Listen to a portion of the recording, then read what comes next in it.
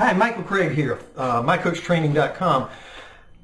Interesting things have been coming to my attention the last couple of days. One of them is this morning, Monday, March 24th, 2014, in the Atlanta Journal-Constitution Living section. There's this author by the name of Austin Kleon who has some advice for artists. Obviously, he's an artist, but he tells his artist audience to get bold, to get your work shown, get out there, get people to pay you, that type of thing. And this is blasphemy for a lot of artists. I know my mother was an artist. I'm going to show you some of her work in just a minute. When he talks about get off the wagon that is called being a starving artist, he makes a valid point for artists. And I want to make this point for you as a coach.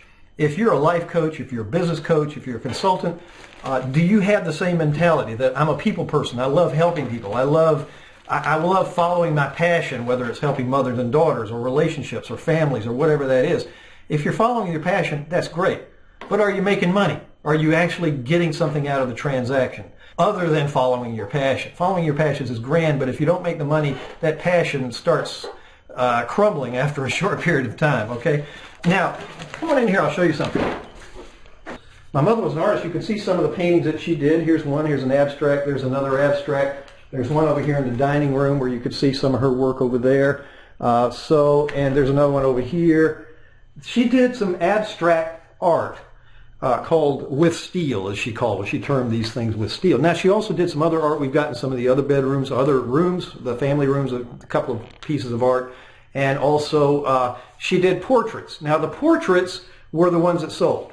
And they sold because people love to look at themselves, and they love to look at something that they can leave to their children, and so they commissioned her to do portraits.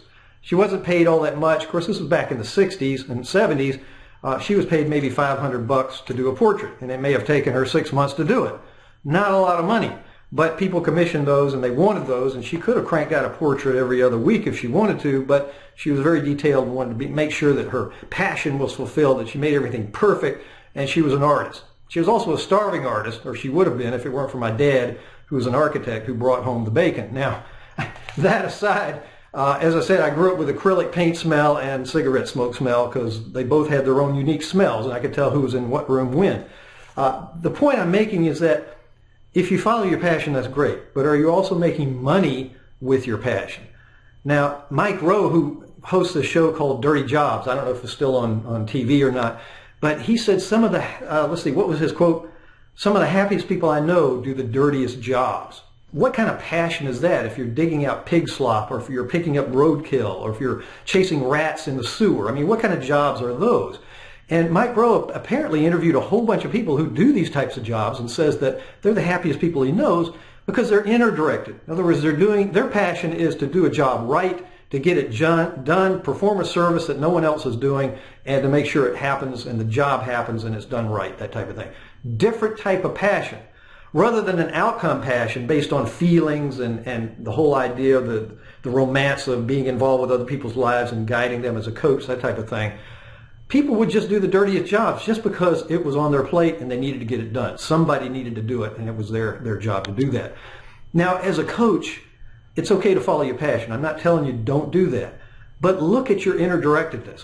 Look at what am I getting out of the transaction? What am I providing these people that I'm coaching? And is my coaching going to be something that is going to be beneficial for both them and me? And let's see, Kleon gives examples. The guy who talks about starving artists gives examples that some of the greatest artifacts were created by those who earn money. Michelangelo earned money from the Sistine Chapel. He got commissioned by the Pope. Mario Puzo was 45 years old. He was starving. But he wrote a book called The Godfather, and he paid off $20,000 in debt and picked himself up. Lennon and McCartney wrote songs for money. McCartney stated that when he was talking to Lennon, he'd say, let's sit down and write a swimming pool. And that was one of his quotes.